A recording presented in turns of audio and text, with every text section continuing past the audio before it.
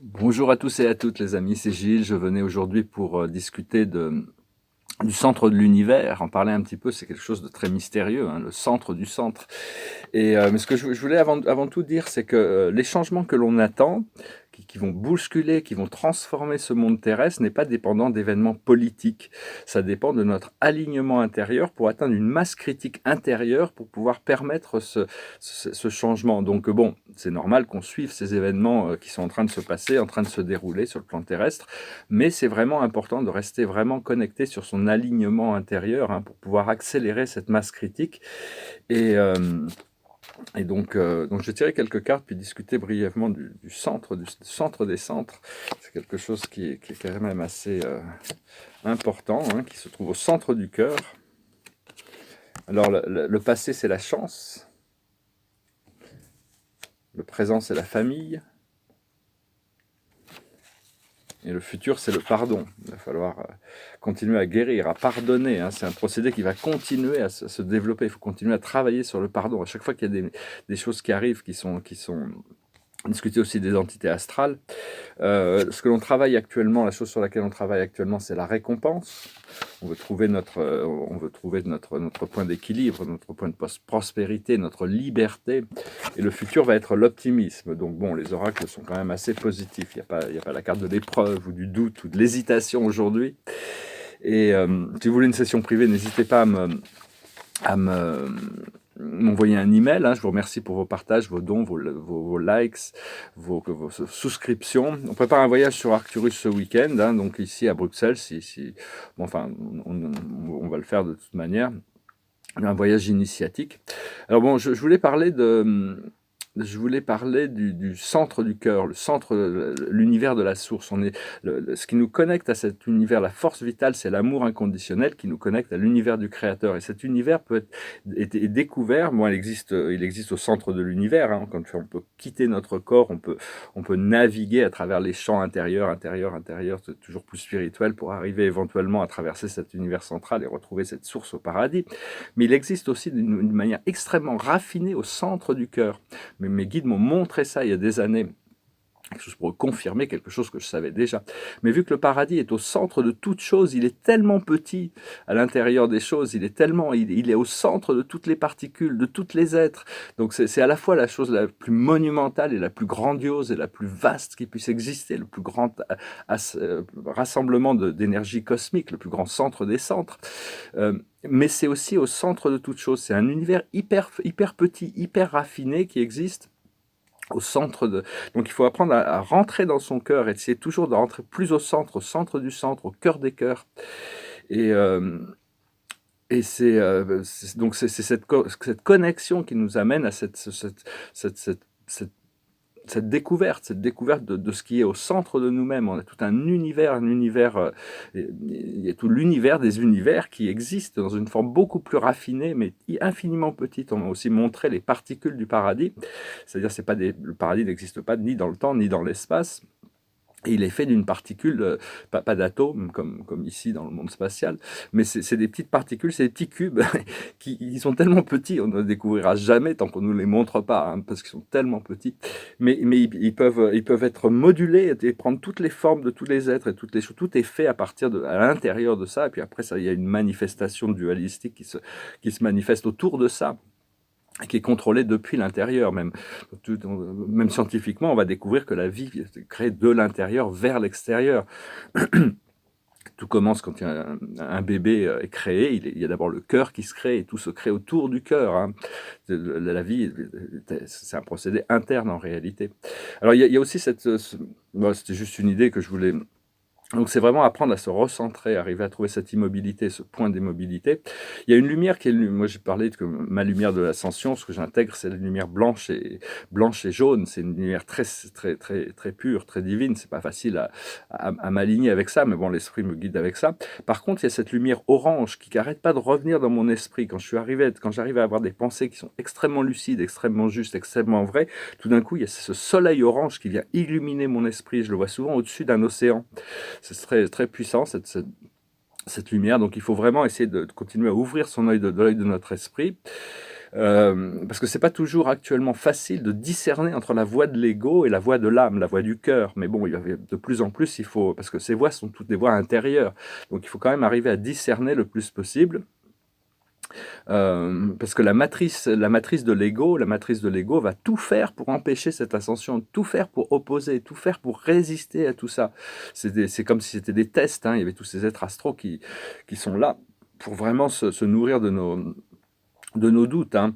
Et donc, parce que au départ, quand on ouvre notre cœur, on se sent extrêmement vulnérable, hein, au départ, dans la phase initiale, parce que la sensibilité, c'est une épée à double tranchant, c'est-à-dire ça nous rend plus sensible, mais ça nous rend aussi sensible de beaucoup de choses qui sont un peu délicates, parce qu'il y a toujours les deux faces d'une pièce. Il y a toujours ces deux faces, hein. La vie nous montrera nos forces, mais nos faiblesses, jouera sur tous les tableaux jusqu'au moment où on pourra intégrer tout ça. Donc il faut arriver à bien respirer le plus possible. Parce qu'il faut aussi apprendre à arrêter de sacrifier notre bien-être pour plaire aux autres, hein. Il y a beaucoup de gens qui veulent qu'on amène leur satisfaction, mais qui n'ont que faire de notre bien-être. Ils ne veulent que ce qu'ils veulent et pour ça, ils sont prêts à tout pour nous empêcher de trouver notre bien-être. Donc, il faut vraiment s'occuper de notre bien-être en premier et après, on peut servir les autres. Parce que, oui, voilà, hein, tout ce qui est, on a cette véritable nature qui nous guide vers l'ascension, qui nous guide vers la lumière, vers l'amour, la liberté, mais on a aussi cette force de l'ego qui fera tout ce qui est possible pour nous empêcher de découvrir notre véritable nature, notre nature éternelle et illimitée. Mais sachant que, bon, reste quand même, dans un sens, c'est nous qui décidons, et dans un autre sens, on est quand même, on est modelé par l'expérience que l'on a, hein, que ce soit intérieure ou extérieure. Donc, parce qu'on attire aussi bien le positif, les énergies positives que négatives. Il y a toutes sortes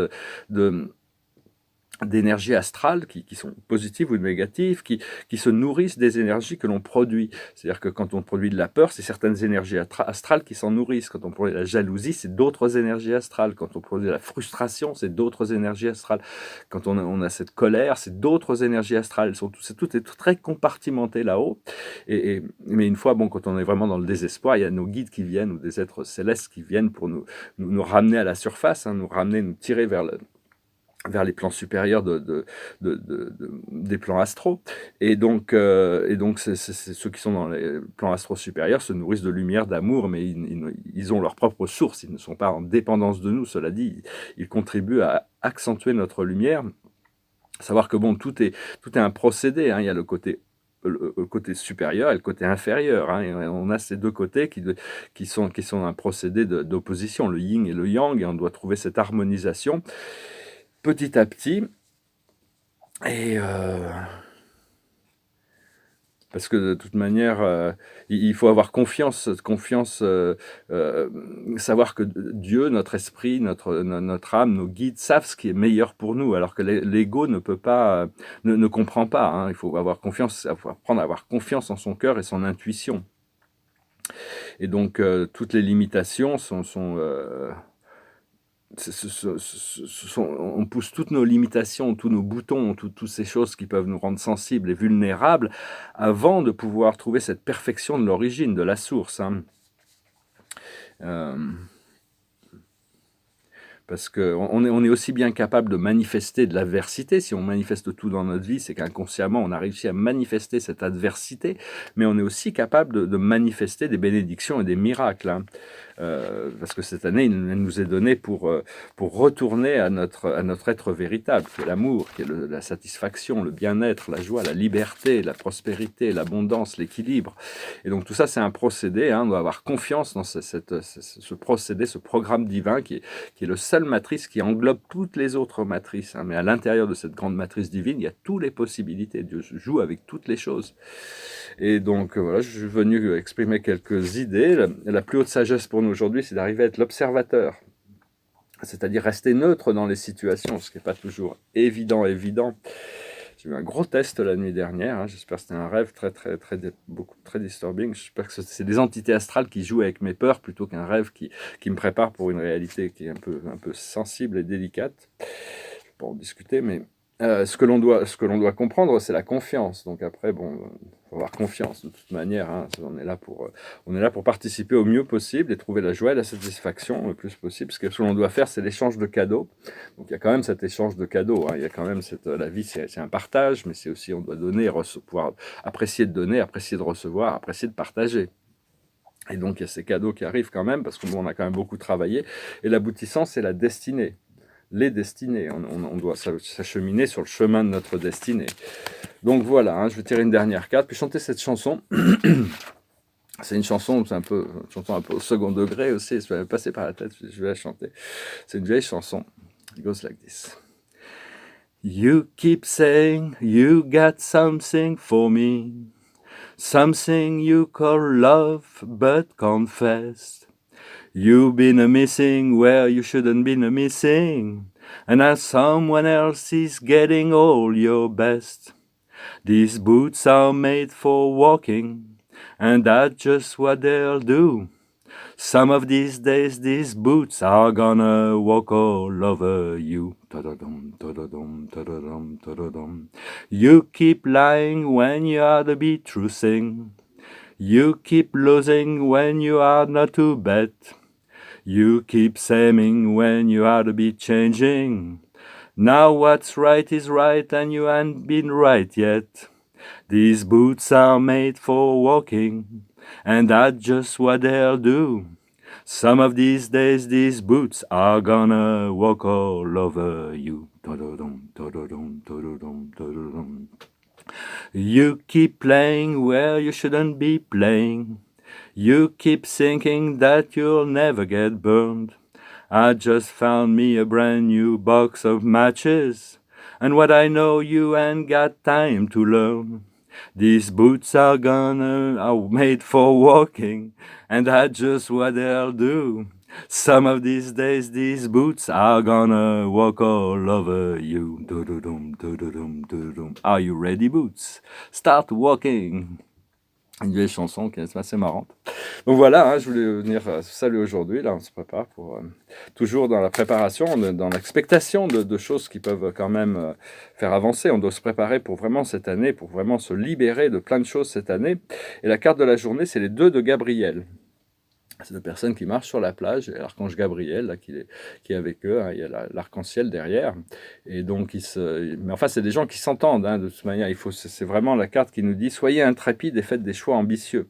Progresser est possible. Privilégiez les relations avec les personnes qui voient les choses comme vous. » Donc c'est vraiment très important de sélectionner le plus possible, essayer de se rencontrer avec des gens qui sont dans la même vibration que nous. Hein.